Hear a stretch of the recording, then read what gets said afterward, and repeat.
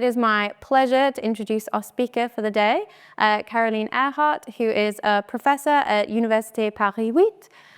Her research is on mathematics in France in the long 19th century. She's published excellent work on Évariste Galois, and today we will be hearing more recent research as part of a project called PATRIMATH, the patrimony of mathematics, looking at how does mathematics last. So please, Caroline.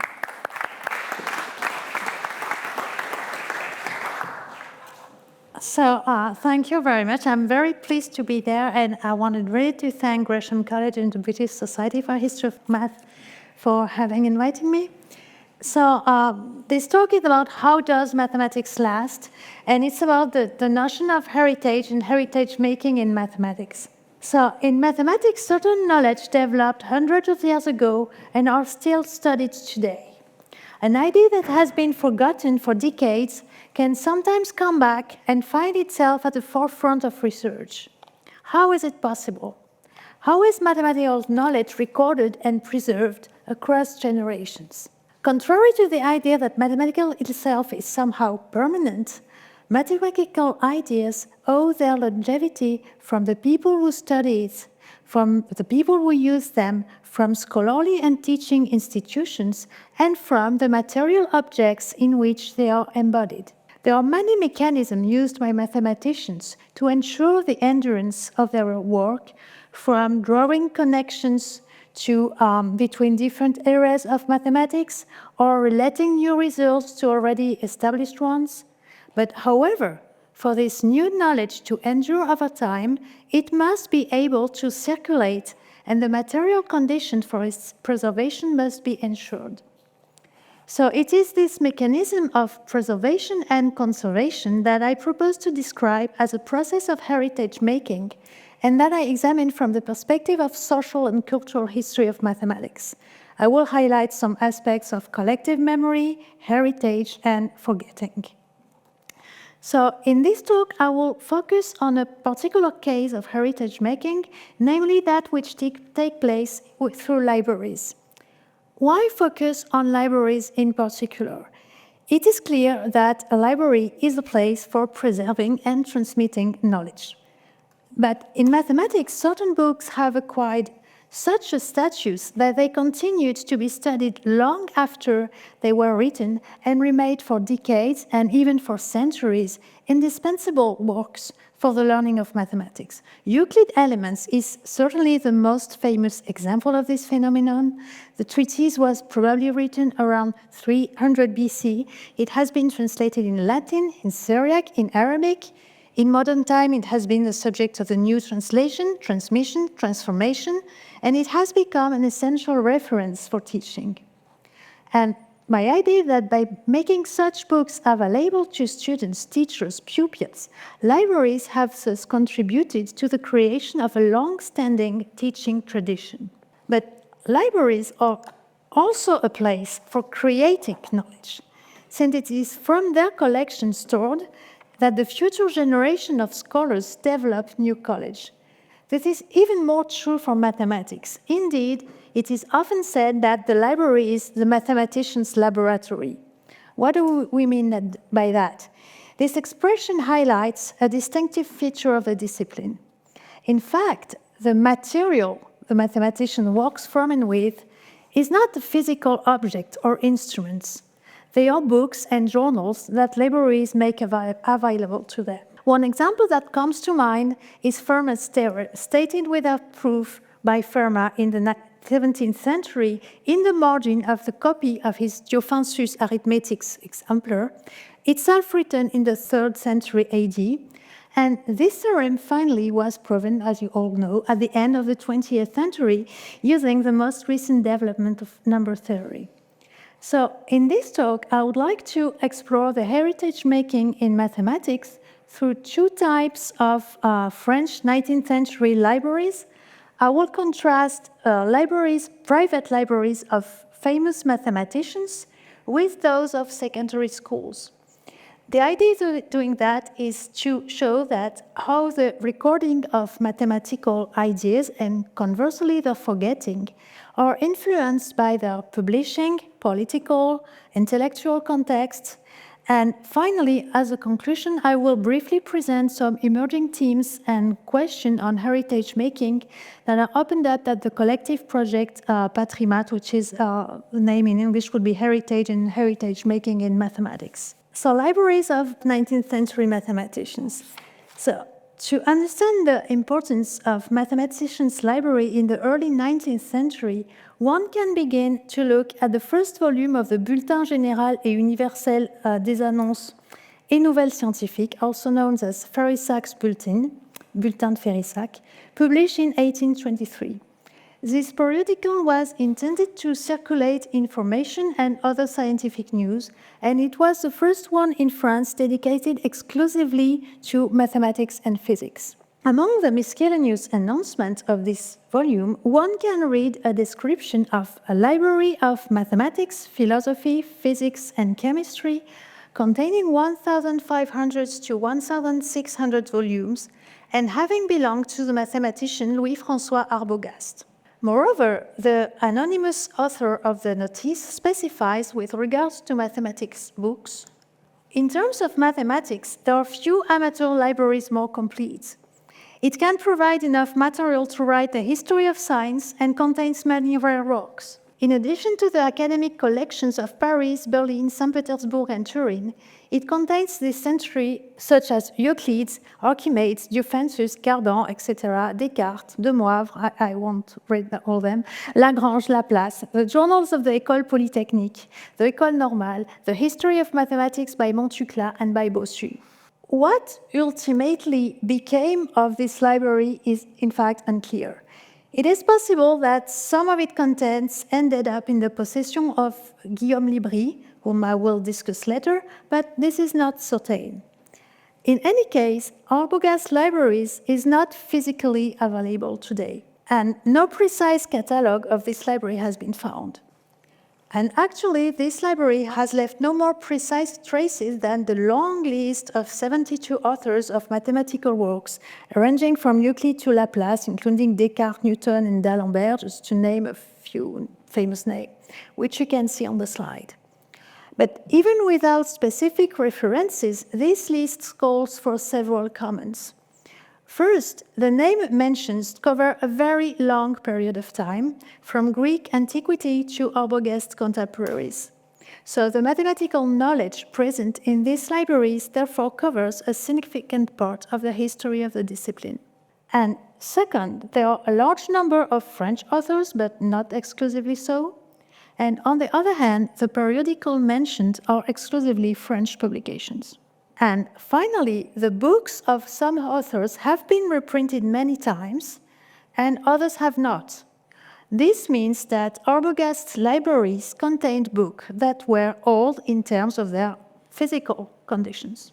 As a matter of fact, the announcement of such a sale of a collection in a journal intended for a scholarly audience reveals a phenomenon that deserves attention. Scholars of the early 19th century, and particularly mathematicians, had an interest in building libraries specializing in their field. And to do so, they own rare and antique books, as well as recent ones. So, moreover, the sale of such a collection was an event significant enough to be brought to the attention of a readership of a scientific journal. Just like Arbogast's ones, few libraries belonging to 19th century mathematicians had been preserved in their physical form, at least in France. But the fact that such sales has received some publicity led me to look for another kind of source which could partly replace the book collection by itself. So I therefore became interested in the catalogues of sales of mathematicians' libraries after the death. And I found about 20 of them and selected a dozen of them, which I studied in detail as a source for gaining an insight into the mathematical documentation owned by the scholars. You can see the first page of some of them on the slide. Catalogues are only imperfect reflection of the real libraries of the owners. They are not always very accurate, as books may be sold in batches. Not all the books were put up for sale. The family could very well decide to keep some of them, or others could be given to relatives. I have an example of a very rare book of astronomy which was given from Lalande to Delambre, for instance.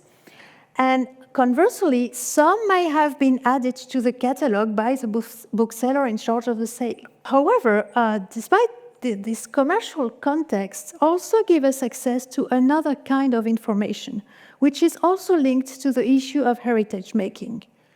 As a matter of fact, the price of the books on the second-hand markets tells us both about the status of such specialized works from a bibliophilic point of view and about the mathematical use they may have had. So my aim in studying such catalogues is then to try to recreate the intellectual environment that gives meaning to the presence of books in these private libraries, whether as a result of an individual taste or need, a scholarly habitus, a cultural immersion, or even an economic windfall effect. So the catalogue I have selected vary considerably in length and contact. If you look at the list of the owners, you will see that they were men who lived during the same time period, which I have chosen to focus on, spanning from the second half of the 18th century to the last third of the 19th century. You will also notice that some of them have remained very famous, for example, for giving the name to a particular mathematical result, for instance, Lagrange or Chasles or Poisson, you may know, or because they have been the subject of works in the history of mathematics, such as Lalande or Libri. But others, on the other hand, are very little known today. However, regardless of their posterity, I chose them because they shared certain social characteristics during their lives. They were all members either of the Académie des Sciences, Academy of Science, or they belonged to prestigious higher education institutions such as the Collège de France or the École Polytechnique. And moreover, their work felt within the scope of mathematical science as it was understood in the 19th century, meaning that some of them were described as geometers, which was the French name géomètre, meaning what we would call mathematician probably today, while others were described as astronomers, who was mathematical science at the time. So the first question raised by these catalogues is why these mathematics books were in the libraries. And the most obvious answer is to say, well, mathematicians have books because they need them to work, of course. And actually, one can find in the catalogues several traces of the use mathematicians made of their books. The most direct evidences lies in the annotation they made by the owner, which are explicitly noted in some catalogues. This proves that some books were read carefully in a work on a study context. For example, the author of the catalogue of Arago lists about 15 titles on mathematics and astronomy containing handwritten notes by Arago himself. One of them is rather amusing since Arago expresses his displeasure at the publication that he clearly does not approve of. And on the same way, the author of the catalogue of Delambre books specifies that among all these items, in fact, the items are not classified under astronomy, many were enriched by the notes by Mr. Delambre. A second indirect evidence that mathematicians used their books is the practice of compilation some of them made, which means they bound together papers who were published separately to create a single volume. This was especially relevant, for instance, to academic memoirs or papers who were published at a different time by the same author, or papers published at different times on the same topic. Although the presence of such papers in these books do not directly prove that it was read or used, in fact, what is striking is that there is a very ordinary nature of the book binding, and it indicates that the intention was not to be a bibliophilic one, it was rather practical. In fact, this aim is to have a collection of mathematical knowledge available in a convenient form that is less fragile than individual bond papers. The last trace, also indirect, of mathematicians' use of their libraries lies in the presence in each catalogue of a lot of mathematical and astronomical tables. This kind of works is not to be read in their entirety. Of course, you don't read a table. You can, but this enables the calculation necessary for the practice of mathematics and astronomy. And there are very fine collections of observation tables in the personal libraries of astronomers such as Lalande, Bouvard, Delambre, Arago.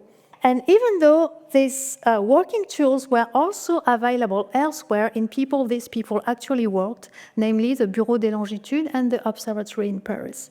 As you can see, the tables were even given their own separate section in the catalogue of Delambre. All the catalogues also mention a variety of recent numerical tables dating from the late 18th to the early 19th century. It could be logarithmic tables, trigonometric tables, divisor tables, things like that. The illustration here is taken from Lagrange catalogue, which feature quite an extensive collection of such books. And despite the similarities in their title, these tables actually differ in their precision, in their pitch, in the correction they make to previous errors, and even in their physical layout. So the proliferation of such works, which are exclusively, I repeat, calculation tools, in mathematicians' library is thus a sign of their effective use for scholarly work. Since the nature of the numerical information, so it may lead to consulting one rather than another one, depending on the needs. However, not all the books of the catalogues were owned because they were used to do mathematical works. We even know that some of them had never been read or used by the owners.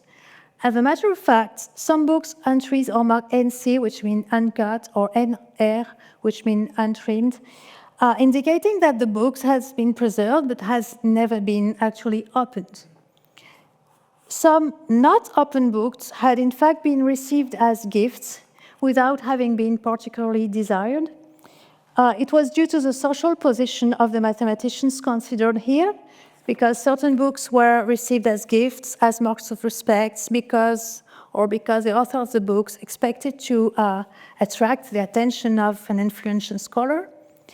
And so you have this phenomena among the general treatise of physics in Arbogast, where many bear autographed dedications. You have this phenomena also in the books of Lacroix. Just many mathematical memoirs are listed or dedicated in somehow to him. And we also know that the American Nathaniel Bowditch sent Arago a copy of his translation of Laplace Mécanique Céleste, but Arago, in fact, didn't cut it to read it.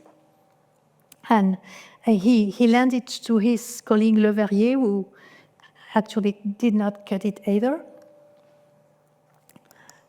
Another kind of non-open books are certainly being purchased for their bibliophilic value. It could have been, for instance, the case of the first edition of Galileo's Dialogo from 1632, owned by Guillaume Libri, which is listed as being rare in the catalogue. These examples also show that mathematics books are also of interest to bibliophiles. In addition to his mathematical work and research in history, Guillaume Libri is well known to historians, at least in France, for having expanded his collection by illegally taking books from French public libraries.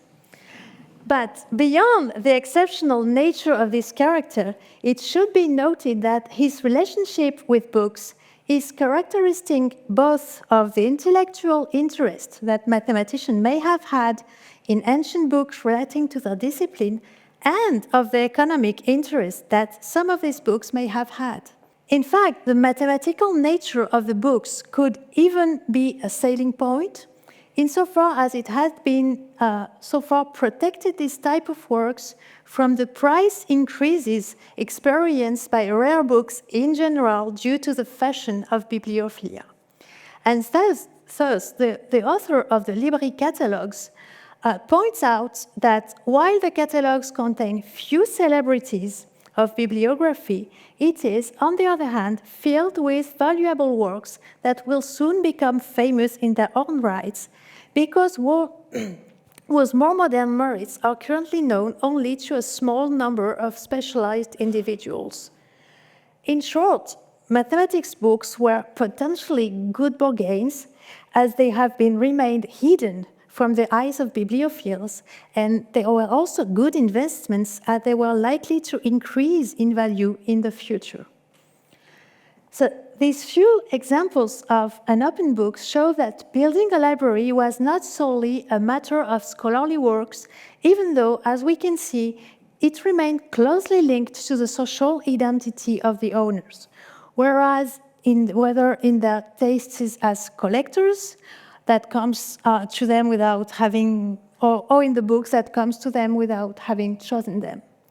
This is also evident in the presence in almost all libraries of books with what I would call a strong symbolic value as disciplinary marker, even though they were not likely to be used in everyday work. For example, most catalogues list one or more editions, some older than others, of Euclid's Elements. Lagrange was not particularly known for his love of antique books, owned no fewer than 9 editions, the first one being in 1591, the last one being in 1809. The names of Ptolemy or Galileo also appear in 8 catalogues. And more generally, beyond these guardian figures, a few titles published in the 18th century are also found in most of the catalogues, but without having a necessarily a direct connection with their owner's mathematical research.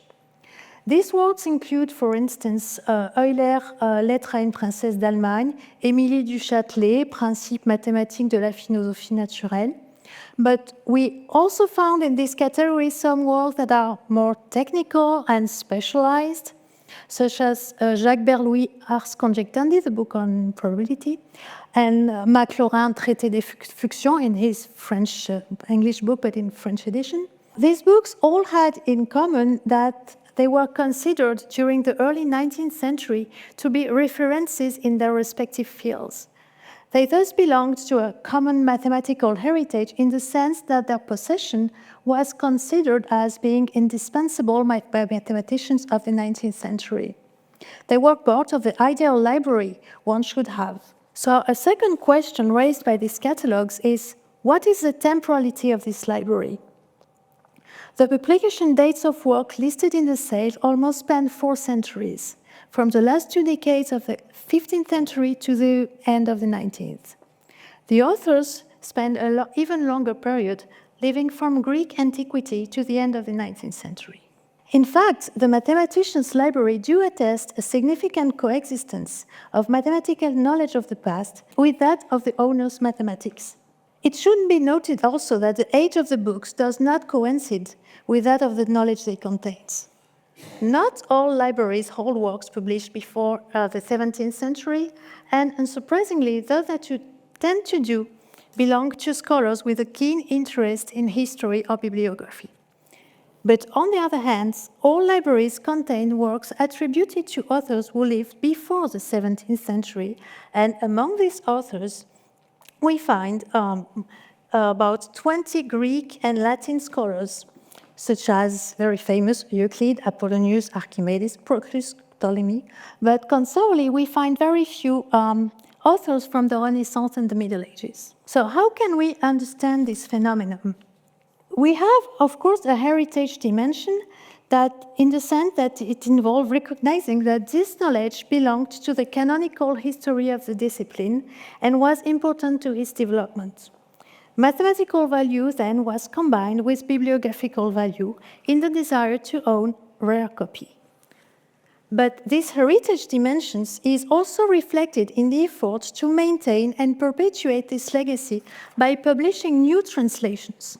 Euclid's Elements is a very good example, so we have books from the 16th century, and we also have books from the 19th century, from Euclid Elements.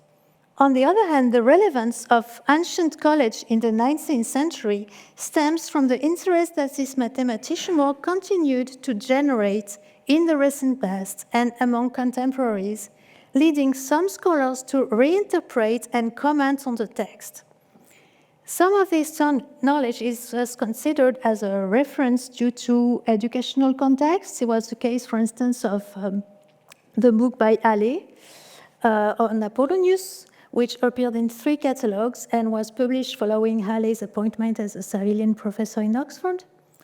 Other classical text appears in the catalogues because in the more recent past, they were essential references for the production of new knowledge, and on that point, the offensive arithmetics with a comment by Fermat is certainly a paradigmatic example. So, although the editorial context and the intellectual context may obey different logics, they nonetheless feed each other. The continuing interest in ancient mathematical knowledge over time had allowed works containing it to remain on library shelves, and symmetrically, the existence of these works has guaranteed some Greek mathematics a place in the mathematical heritage of the 19th century. In fact, the presence of antiquity is so remarkable in the catalogues of mathematicians. It is not because the books they originally served as a support have stood the test of time particularly well. It is more because new editions, commentaries, translations spread out from the 16th to the 19th century and enable them not to be forgotten. This partly also explains why books from the Italian Renaissance, from the algebraists, for instance, do not appear in the catalogues because they had not been republished, in fact. And it's the same happens for non-European authors. So if we now look at the libraries of French secondary school, it offers a complementary perspective. This raises a question of whether there are similarities with mathematicians' library, but moreover, it provides information on the practical constraints that influence the preservation and transmission of knowledge. From a general perspective, the history of libraries in French secondary school lies at the crossroads of 2 profound transformations initiated by the French Revolution. On the one hand, general reforms to the educational system led to the widespread of teaching of mathematics, and in particular to the writing of new textbooks. And on the other hand, there was a confiscation of the church property, which resulted in millions of books being stored. So the view was to redistribute them later. And so looking to the library's catalogues is thus a way to gain a better understanding of these changes at the local scale. At the time of the revolution, the old secondary schools were abolished, and new schools were created to replace them. They were called the Écoles centrales. The Écoles centrales developed an innovative curriculum, but they encountered difficulties in the implementation, and ultimately they had only a very short-lived existence. They were, as you can see, created in 1795 and abolished in 1802, which is very short.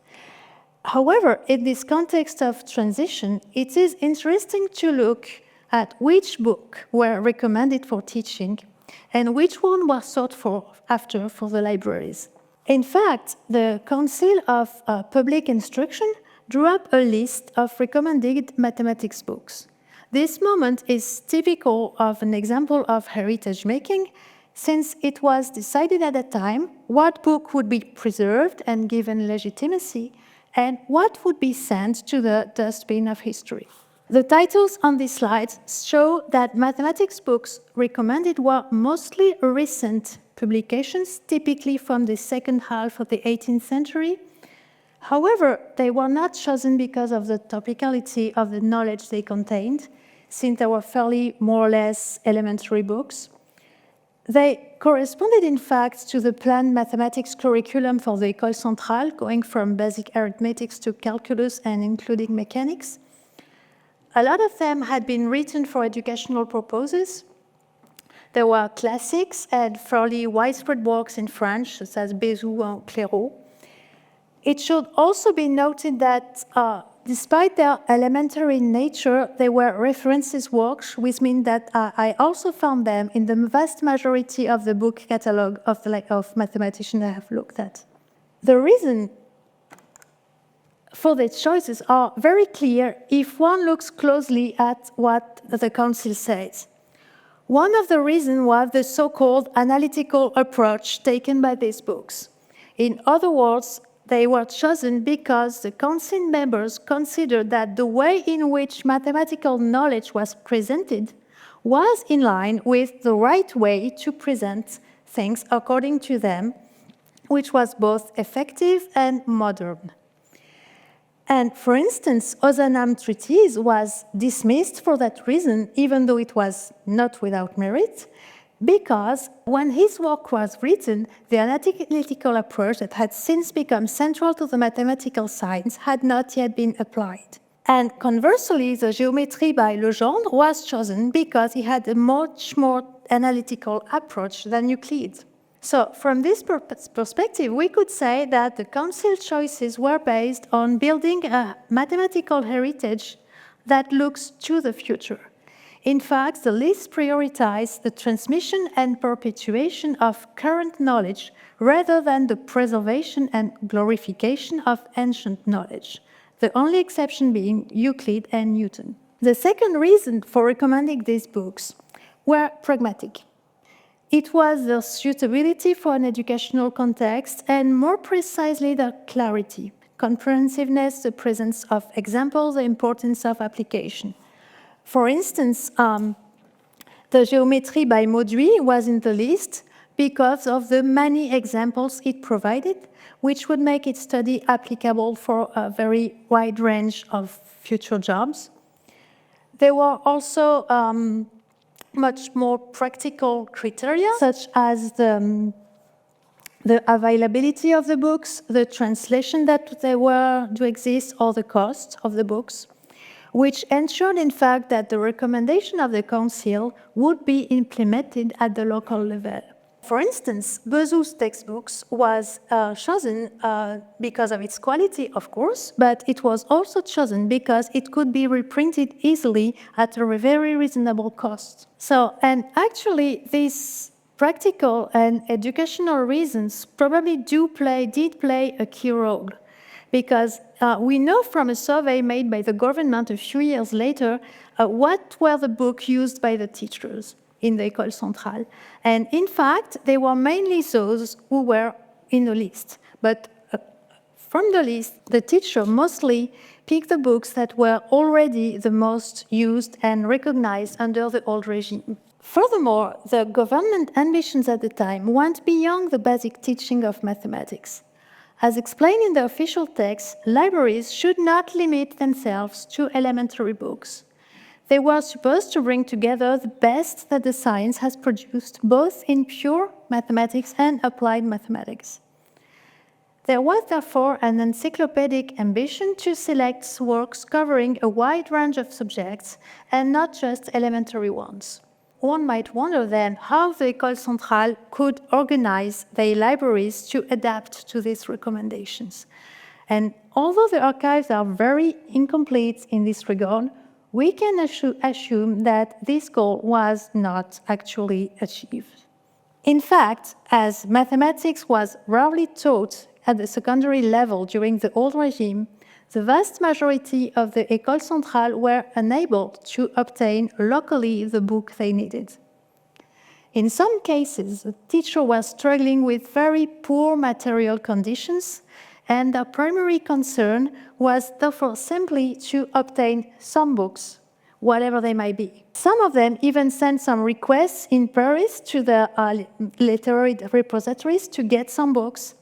For instance, here you have the library of the École Centrale de l'Ariège, and the teacher said that it was composed only of books unrelated to mathematics, and he submitted a very modest request, but this above all reveals that he did not even possess the very essential works he needed to teach the students. However, in practice, very few mathematics interesting books were available in the literary repositories since they had been given in priority to major institutions, scientific institutions. And in fact, the most interesting and recent books in mathematics, which had been confiscated to the clergy, were generally relocated at the École Polytechnique. They took the books rather than the École Centrale. And so, as a consequence, as you just can see from the author, you may not see very well the author, but from the dates at least in this slide, you can see that the books that the École Centrale actually managed to get from Paris were somehow at odds with mathematics promoted by Parisian institutions or even by the academic world in general. And very often they did not even correspond to the books recommended by the Council of Instruction. So finally, the Écoles Centrales were abolished, and they were replaced by secondary schools we call lycées in French, which were later renamed Collèges Royaux. These secondary schools were generally located in the same buildings as the École Centrale, but they did not technically inherit the libraries because the libraries were instead officially allocated to the municipalities. However, the books from the École Centrale generally remained a mathematical heritage that was available in the town. But in practice, this new institution largely had to start over building their libraries from scratch, since, as we have seen, the books from the École Centrale were not the one they needed to teach. They were not accurate. So what books did these libraries contain at the time? Unlike the École Centrale, the archives are very extensive, as several national surveys had been made at the time in France. So these surveys also show that the library still struggled with financial and logistical constraints, mainly due to a lack of financial resources. A lot of teaching institutions simply could not afford to buy books. And practically, the existence and wealth of the libraries depended on whether or not a religious institution had previously existed in town, whether the books had been preserved during the revolution when the institution was closed, and whether the École Centrale had managed to get some interesting books or not. This explains why many high schools did not have a library in the first third of the 19th century, while a few of them have quite fine collections. This also explains why, at the beginning of the 19th century, this recent library still contained quite old books. These books could still be scientifically recognized. It was a case, for instance, of Le Marquis de l'Hôpital, or on a more basic level, Le Bezout textbooks. But we could also see that there were books that were readily considered very outdated at the time, such as the one by Ozanam, still the same, and for instance, the Institution Géométrie de la Chapelle, which has not a good reputation. And it also could be books that had not really had any lasting influence. For instance, I found a book called L'arithmétique rendue sensible par le développement de ses opérations, which was written in 1748, and I must confess I haven't seen it anywhere and I don't know it. And however, the collections also contained a significant proportion of mathematics books written after 1790, which shows that recent scientific developments were being taken into account in teaching. Some of these books were especially designed for teaching purposes.